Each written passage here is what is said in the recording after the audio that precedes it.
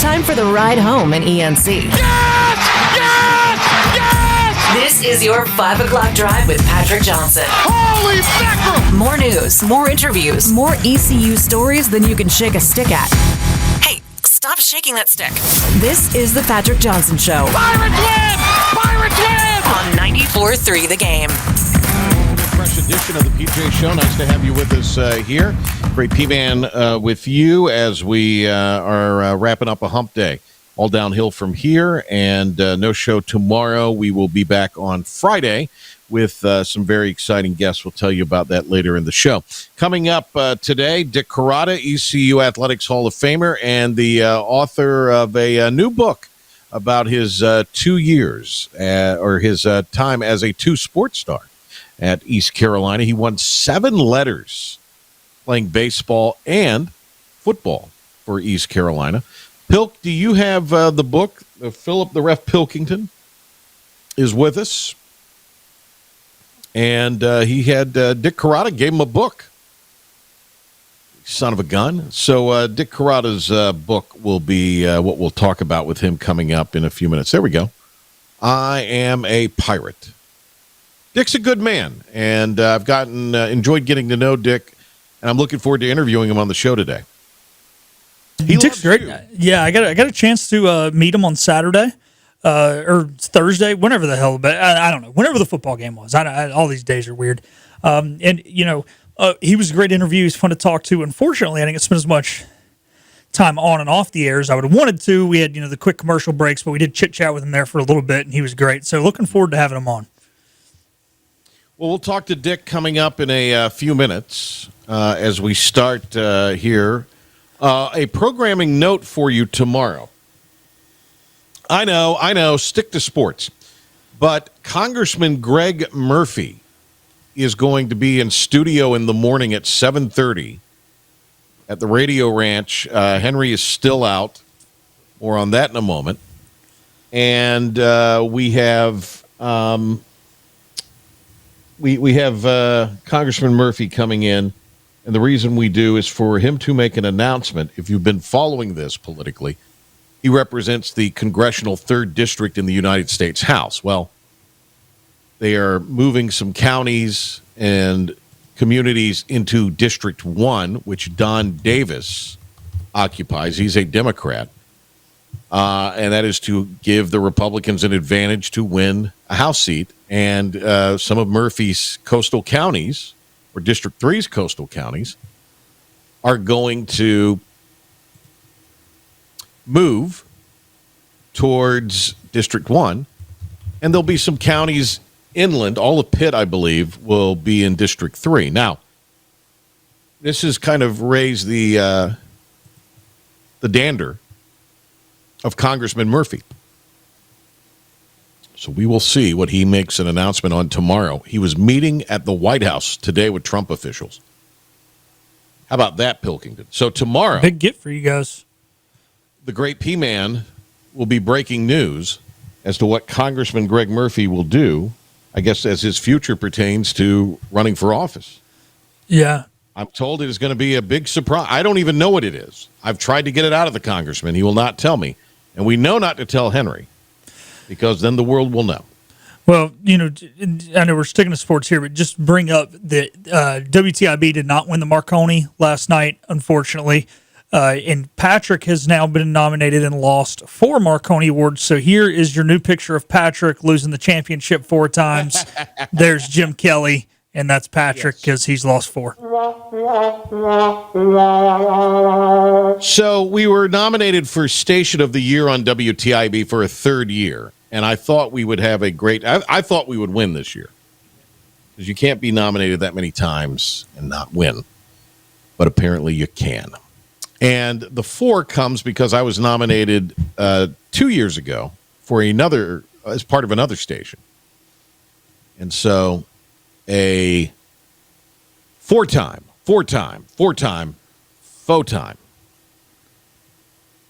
loser of the Marconi. 4. Yep. I was going to do Bud Grant, but then I realized that Bud Grant lost his Super Bowls more spread out, Jim Kelly was boom, boom, boom. Yeah, so that's why you get the Jim Kelly. Jim Kelly. Yeah. Which, by the way, trending young with both of those names. So killer work there, Pilk. Appreciate it. Killer work. Yeah. The kids are all over that. Google them. Google them. Youngsters. Chat GTP them. All right. Let us get into the top 5 ahead of Dick joining us to talk about his book. And looking forward to that. Right now, we do the top 5.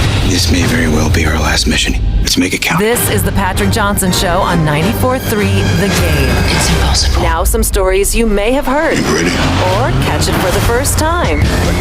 This is your 5 at 5 with the P-Man.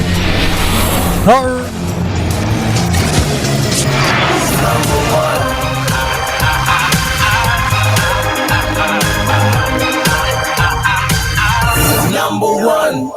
No football, no problem. Plenty of things going on in Pirate Athletics this week. Tomorrow we'll have Women's Basketball Media Day. You can check out our socials for comments on that. We will also go in a little deeper on that on Friday's Patrick Johnson Show in Minji's Coliseum tonight. Actually, here within an hour, starting at 6 o'clock, will be volleyball as they host arch rival Charlotte. It'll be the first meeting this season between the two. They will play later in the year down in Charlotte. And yesterday was Men's Basketball Media Day. Corey Cocker, the new presumed starting point guard of the Pirates, talked about himself adjusting to the Division I level of basketball. I feel like it's been pretty good. Of course, I struggled a little bit at the beginning, but now understanding it, people more athletic, faster, stronger. I feel like I'm adapting pretty well. Well, Patrick, I know it's a tough jump. Jay Woodard had to make that jump last year. I think he did it pretty seamlessly. So Corey Cocker has had some other guys in the locker room who've made that same jump. So that kind of lays the foundation for a young man like Corey. It was interesting, Woodard telling me yesterday that he basically felt like he struggled taking in all of the information to play the different places he played on the floor. And you're right, he still played them, I thought, pretty well and pretty effectively. But it was a bit of information overload. With Cocker, he has played the point his entire life. He's done this. He's gone against guys who are bigger. He's gone against guys that are stronger. I don't know if he's gone against too many guys that are quicker than he is. And he, I think, will be the key or the engine that powers the car this year for ECU. You got volleyball tonight against Charlotte. I'll be on the call when they play first place South Florida on Friday. And the Pirates are banged up. They're already without Angeles Alderete, preseason player of the year last year, out for the season, got hurt late last year. You look at Ellie Pate, who has been awesome for them, the junior. Well, she's hurt.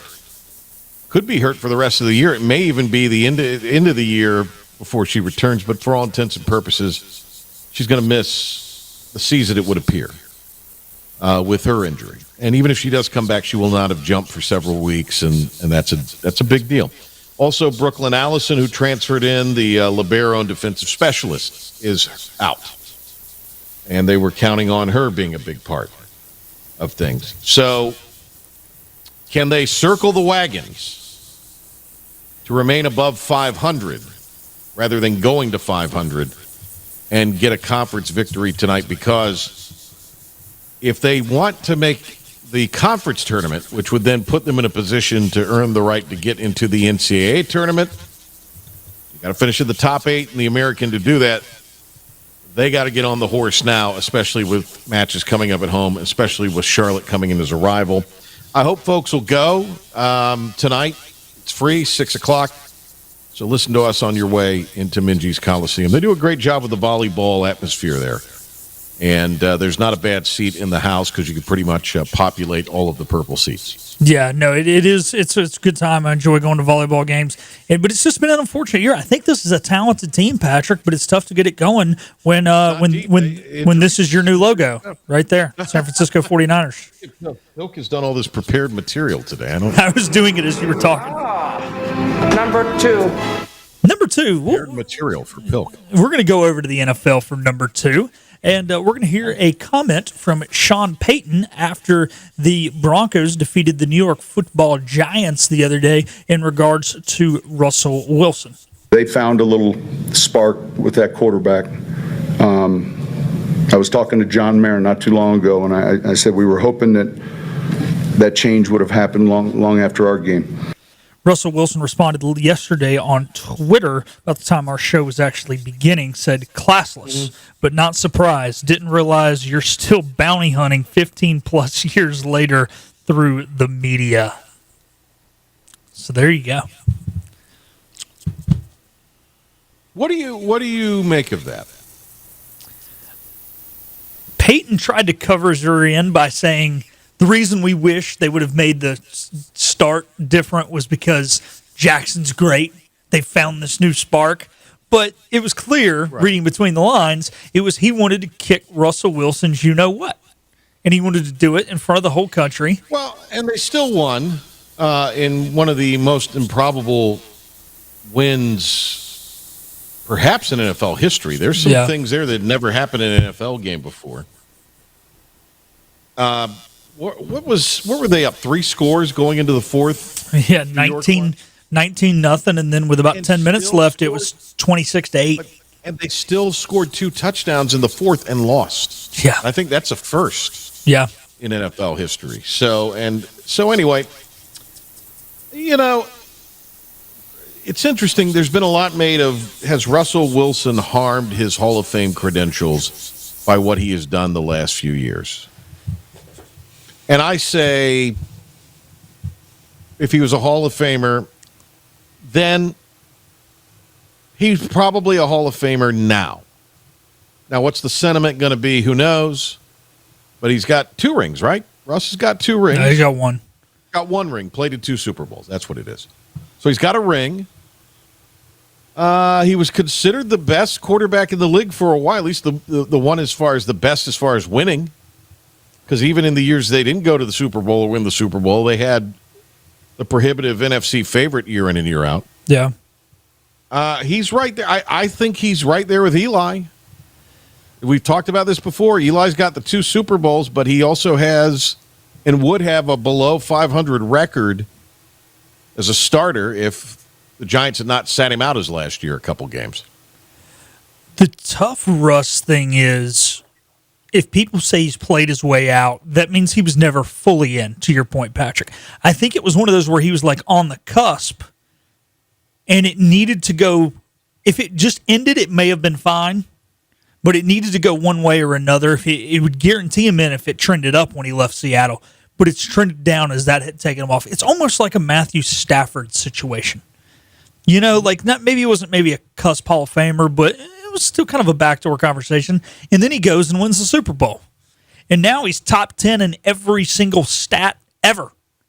Yeah. And now it's like Matthew Stafford has done that with the Rams. He's taken he was pretty dang good. He's elevated it at the end of his career. Whereas like Russell, it would have been different. It's not like Russell had a Peyton Manning-esque career, like Peyton Manning Colts career, and then left and went to the Broncos and it went downhill. No, it was like, was he a Hall of Famer? Was a precipitous fall. Yeah. And now the fall happens. So I don't know. We could probably do a whole show on this, breaking this one down. Russ also played baseball, right? For the Wolf Puppies? He played the pros a little bit. Yeah, he got drafted. Yeah, got drafted. He also is married to Sierra. So props to him on that. It's kind of a Hall of Fame pull right there, if you're asking me. And I'll tell you what else he's got. Quite the bank account, because he's made a lot of money. Talk about failing down or failing forward or whatever it is. He got paid. He did. One thing I want to say about him real quick, we didn't move on. He does a lot of good, man. He feeds. He does a lot of charity work, feeds families who don't have a lot, especially around the holidays. He's a really good guy, though. So I do want to say that in all of our football talk about him. Russell Wilson, amazing human being. But we need to get going. 3. Number 3, we'll stick to the NFL. Mr. Jones says that the Cowboys need another piece on defense. He wants Max Crosby. The Raiders say, your money's no good here. Wait a minute. They need another piece. What did they have, Pilk? What did they have? They had a really good piece on defense. And what did they do? Bye-bye. But we need another piece. Yeah. I may have not been quoting him exactly, but point is he wants pass rush. That's the point of what he says. Yeah. Yeah. Look, we're going to have a guest on Friday that's going to talk about how Jerry Jones was instrumental in helping the NFL become what the NFL has become.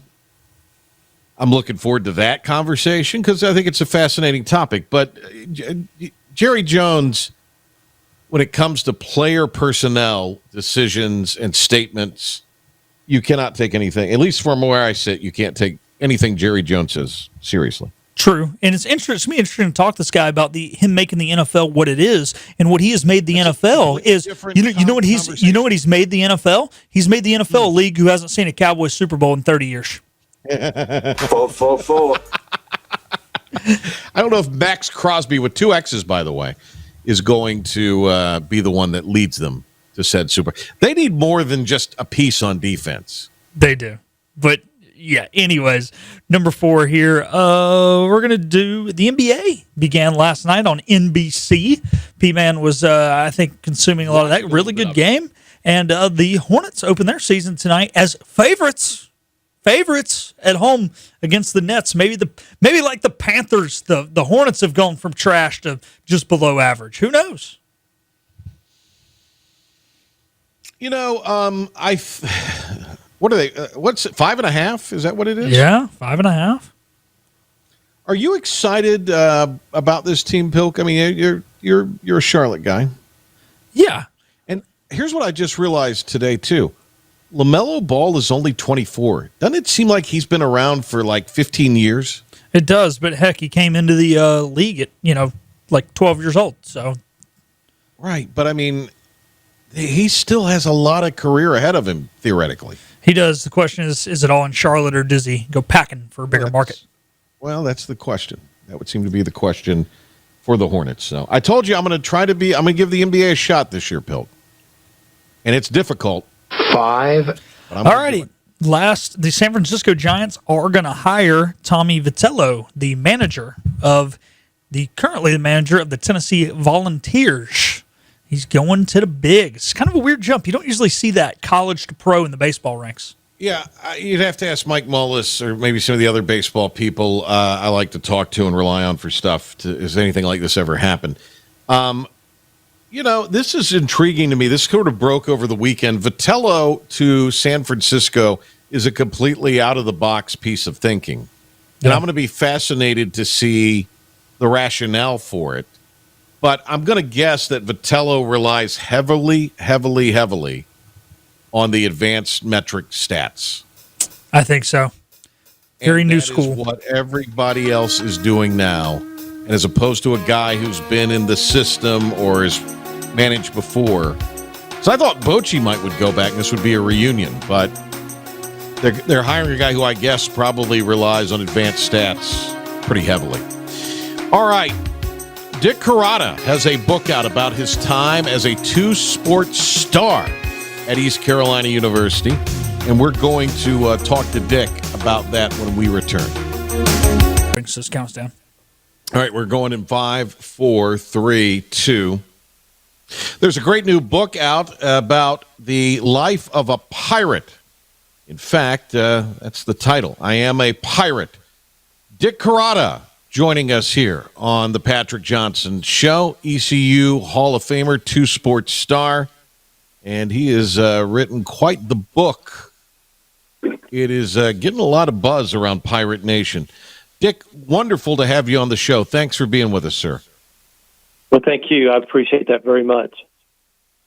This was kind of a calling for you to I guess, organize all of these great memories into a book form.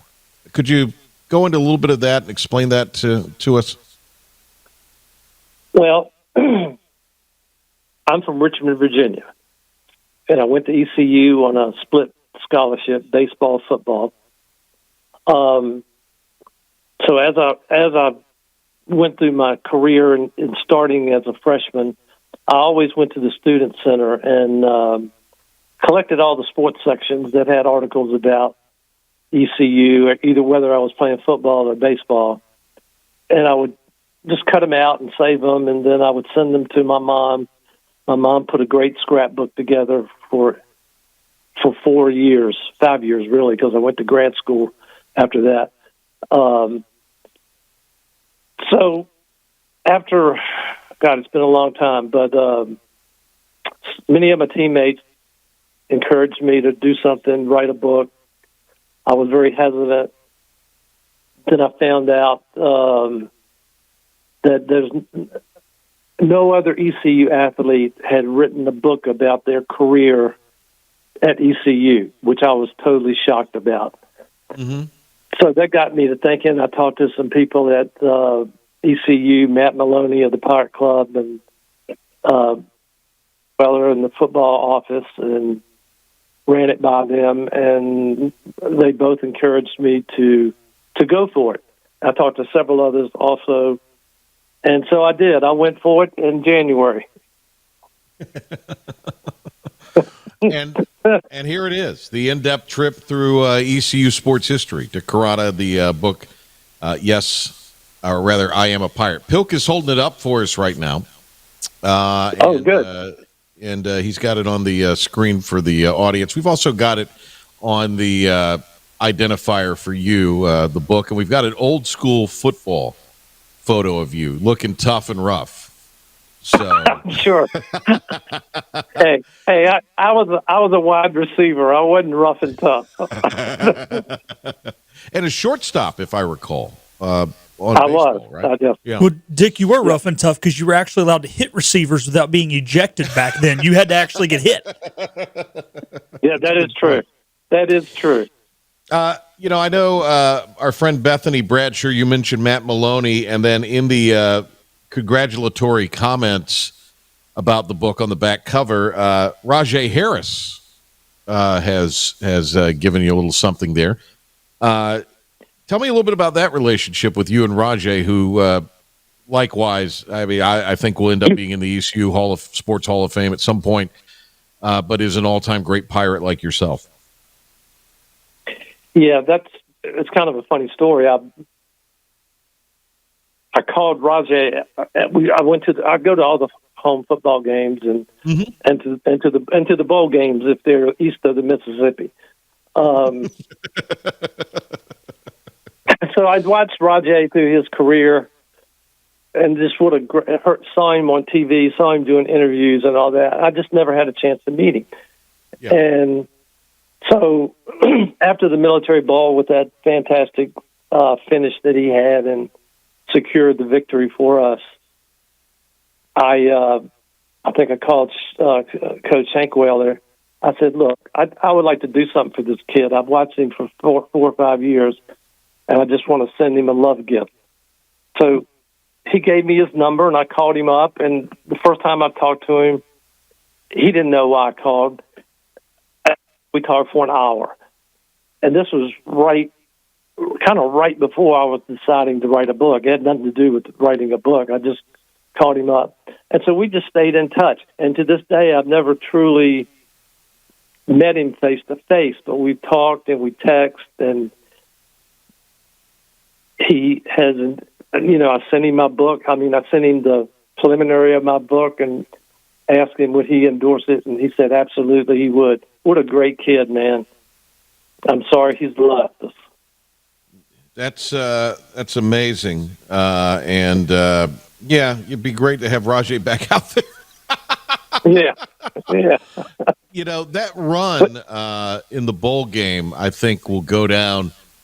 You got the Peach Bowl Gallimore reception from Jeff Blake, but that run in the bowl game is right up there with that play, I think, as far as all-time great plays in ECU football history. What do you would you agree with that? Yes, absolutely. I was at the Peach Bowl. I think that was in 92. Was that right? Yep, 92. Whatever it was. Yep. Yeah, I was at that game. 92. And we saw all that, and then this run that was just fantastic with like hardly any time left with a minute left in the game or something like that. Yeah, fantastic. That's what I told Rajay. I said, Rajay, that you'll go down in history, and everybody will forever remember that run. Yeah, it's an all-time great. The great Dickie Corrada, ECU Hall of Famer, joining us. Two sports. We've talked some football and some baseball. As I understand it, and this is covered in the book, that you were kind of the rare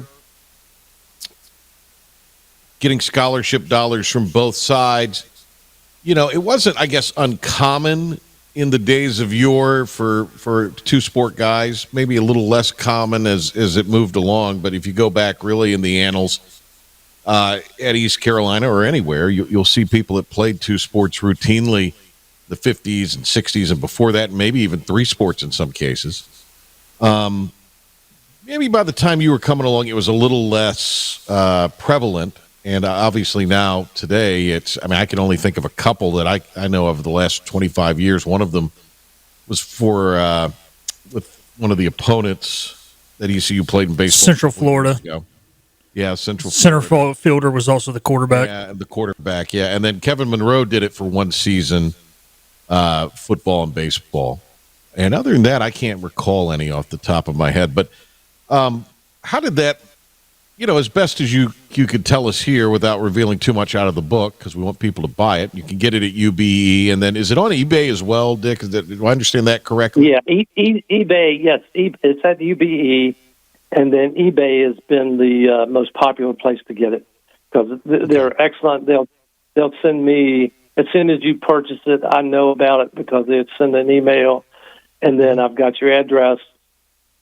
I pop it out either that day or the next morning. I was just at the post office. I was at the post. I know all the people at the post office now because I'm firing books out. He's on a first name basis. Yeah. Yeah. Mark is my most favorite at the post office. Mark. Anyway. But anyway, yeah, I played sports star, and so how did that marriage kind of blend together? Of the, coaches agreeing to kind of let you do that, and covering the room and board and the three hots and a cot, if you will, from both sides. Yeah, it was not an easy thing to accomplish. I played both sports in high school, at Meadowbrook High School, and in Chesterfield County, just outside of Richmond. And I was like all state in football and all district and stuff in baseball. So I had football scholarships. Back then, the baseball scholarships were really, really tough to get. And the schools only had 4 or 5 or 7 baseball scholarships. Non-revenue sport, more or less.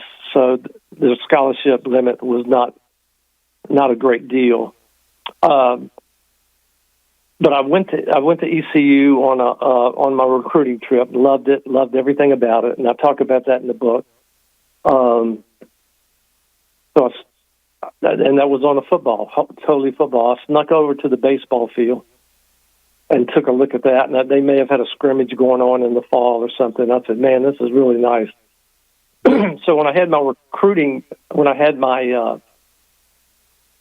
interview or whatever you call it with Coach Van Sant, Henry Van Sant, had the Virginia area.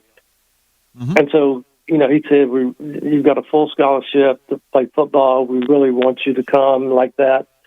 And I said, well, I'd like to kind of play baseball also.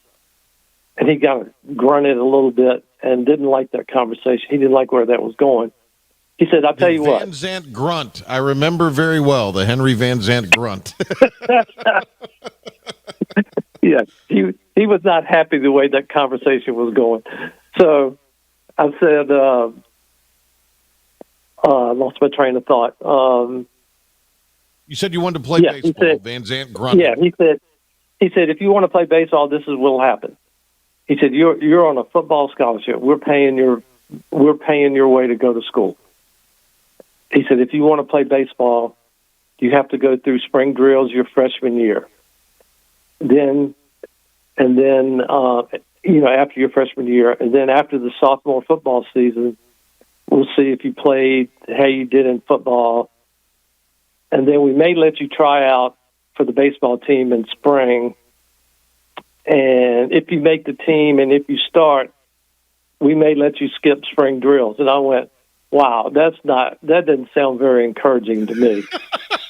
So I said, well, that went well. So I didn't sign it. He had my scholarship papers and gave them to me and all that. And he said, get them in the mail. Let your parents look at them, blah, blah. Right. So I just didn't send them back. And luck would have it, like the next week or something, Sid Thrift, who was a head super scout for the Pittsburgh Pirates, came by my high school to see another player, Johnny Grubb, who ended up playing, I think, 16 years in the major leagues. But my coach said, "Look, can you work out Dickie and just, talk to him?" So Sid Thrift, the super scout for the Pirates, worked me out at Meadowbrook High School for about 30 minutes. After the workout, he said, what are you doing? What are your plans? I said, well, I had several football offers, I got a few minor partials for baseball. Mm-hmm. I said, but I really want to go to ECU. He said, well, look, I know Earl Smith. I'll call him up, and that's all I can do. I said, that'd be wonderful. So that was the end of it. Then, I didn't hear from him. I wouldn't have expected to hear back from him, but Arlene Hollis, who was Coach Stasovich's admin secretary, calls me up after about 2 weeks and says, okay, your scholarship now has been split. You have a baseball and football. And she said, this has never happened before. And I went, okay, I don't care. That's great. I was so happy. Yeah, that was because I was guaranteed I didn't have to go to spring drills. I could play, and as luck would have it. Yeah, you could play baseball. And as luck would have it, that was the first year that freshmen were allowed to play baseball. Awesome. So I hit it perfect. It was just perfect. Yeah. And so that's how it happened. That's exactly how it happened. And I'm sure you go through some of the, trials and tribulations and the successes and the setbacks and all of that, being a college athlete, but being a two-sport college athlete encompasses. Did you ever give any thought to just, okay, I'm going to concentrate on this? Because, you're an All-American receiver with all these records that stood for, years. Some of them even stood till, this modern time, which tells you a lot. And if you were drafted into the pros as well. So with baseball. So, it's like, did you ever say, okay, I'm going to go, this is the path, or were you just like a pig in slop because of, you're getting to play the two sports that you love at the university you love? Yeah, I was a pig in slop. It was so awesome.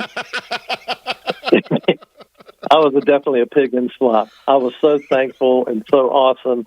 And I talk about that in the book, that I guess it was after my freshman baseball season, I thought, because after my freshman football, then I went into freshman baseball. I didn't play the first couple games or something. Then I started every game my whole freshman baseball season. We went to the regionals. We beat Florida State, who was the number one team in the country and all that. And I went, you know what, please, I was telling myself this. I said, please cherish this. Don't take it for granted, because this is going to be the greatest time of your life. And it was, and I never took it for granted, and I never had to look back after 10 years and say, man, that was a really great experience. I knew it when I was living it. And I try to explain that in the book.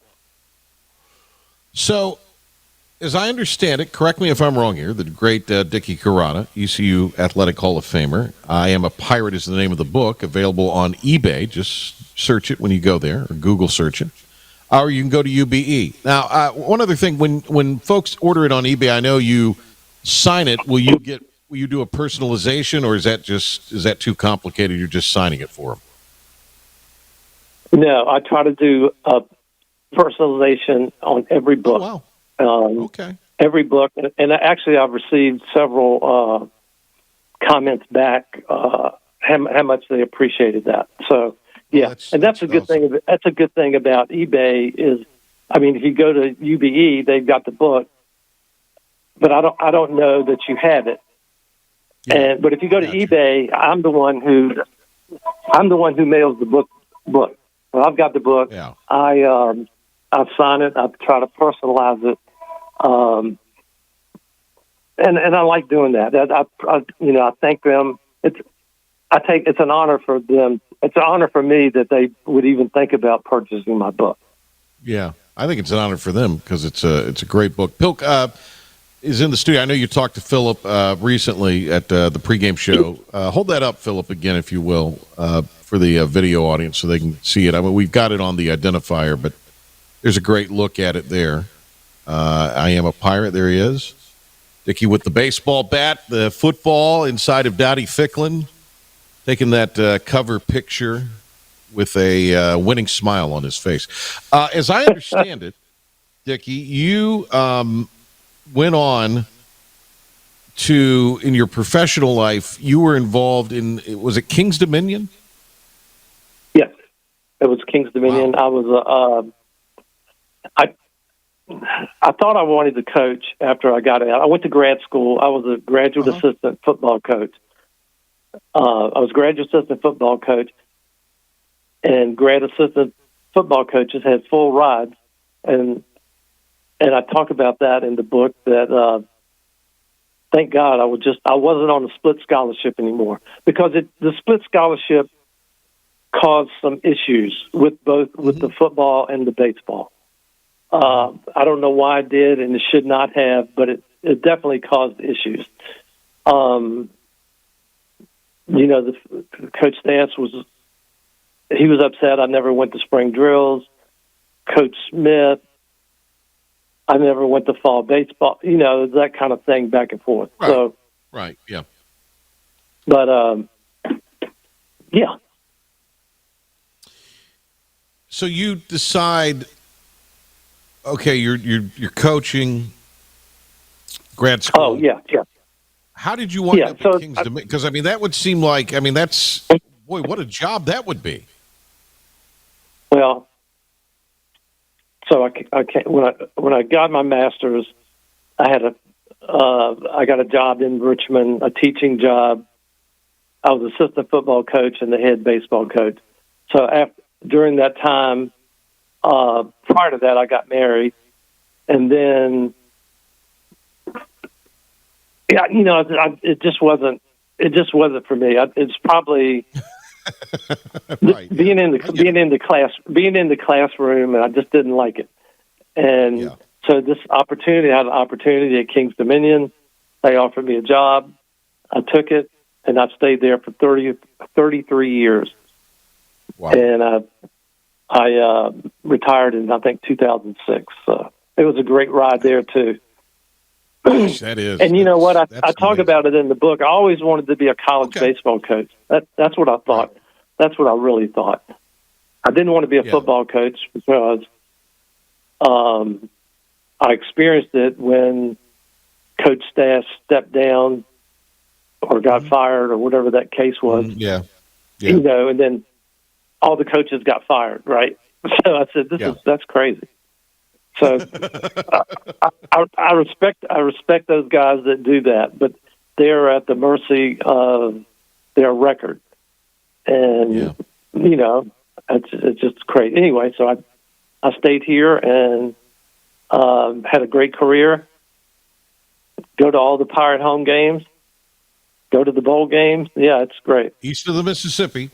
All of the bowl games east of the Mississippi. Yeah. East of Mississippi, yeah. Hey, I want to ask you, I want to get your perspective on one quick thing here, and we appreciate the time greatly. Obviously, this is a much different world than you were a part of, college athletics in the modern day.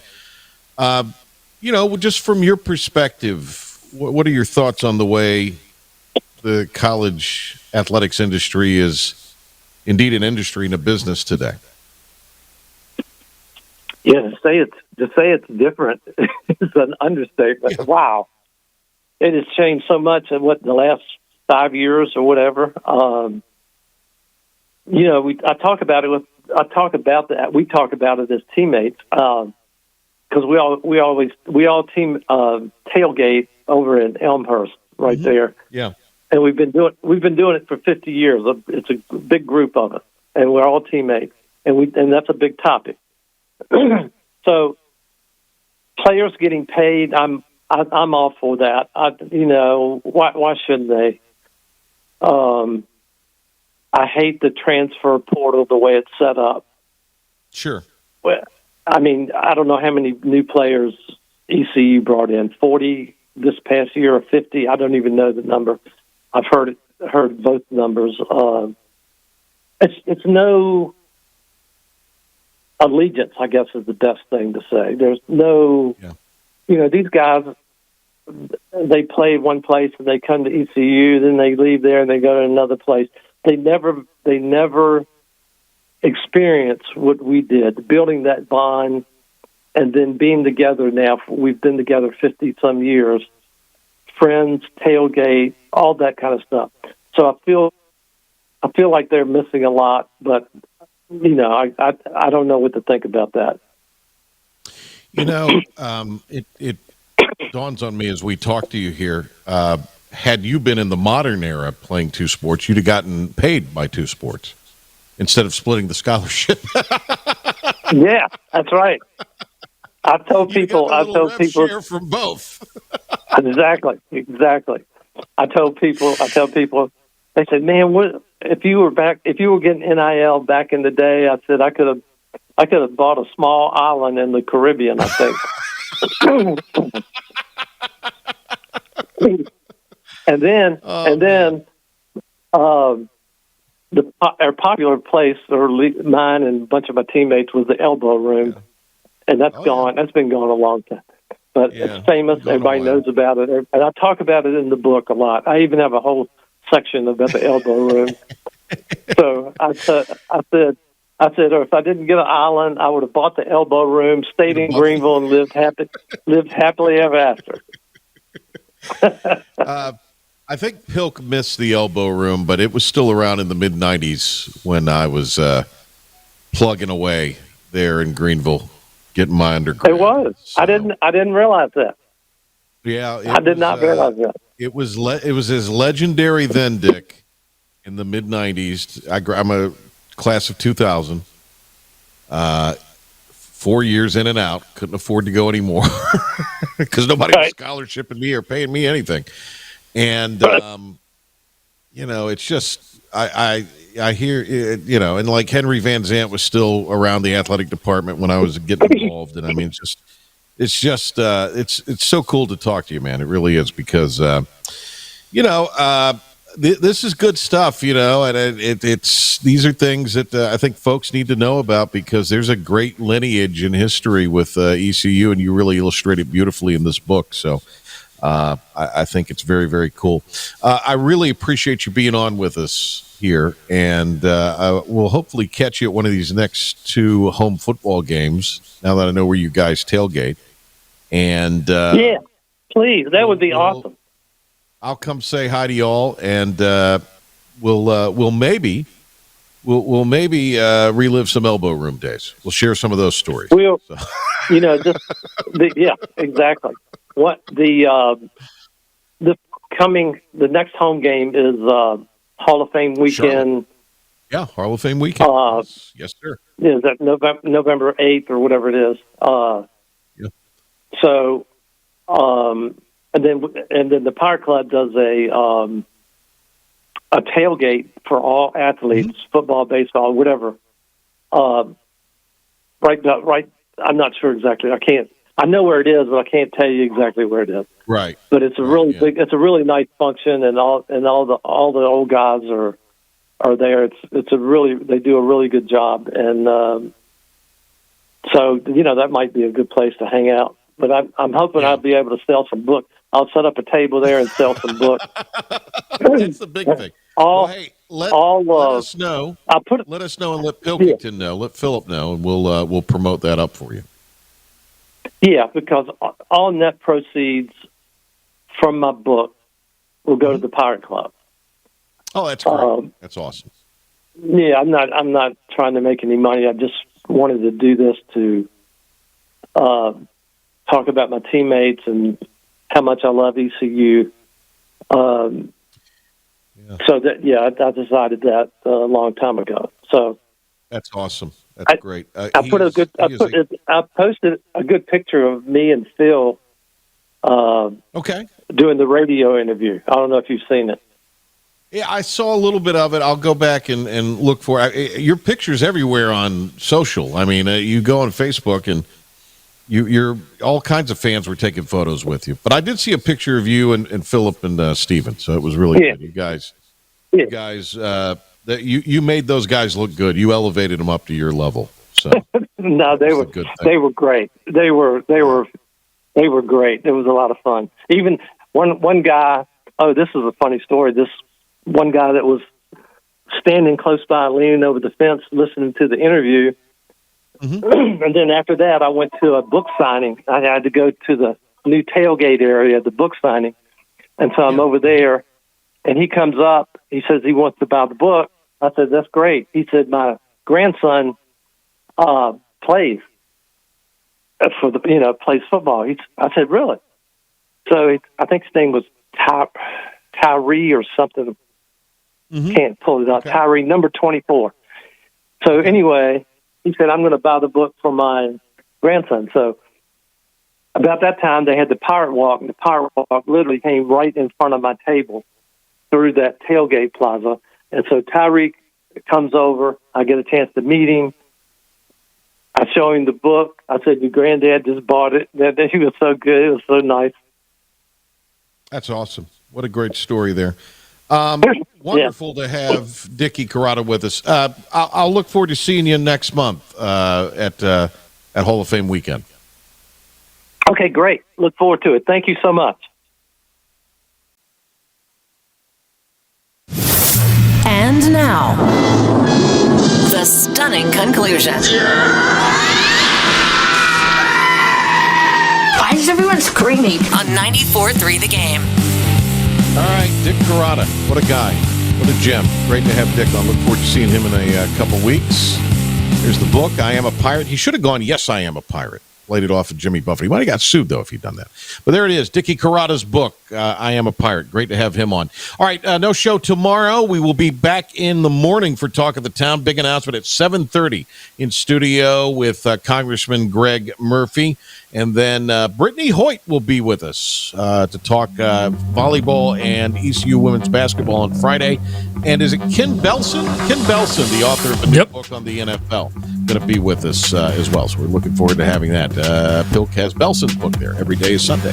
All right, we will talk with y'all here on the sports side for the Feel Good edition on Friday. Have a great rest of your evening.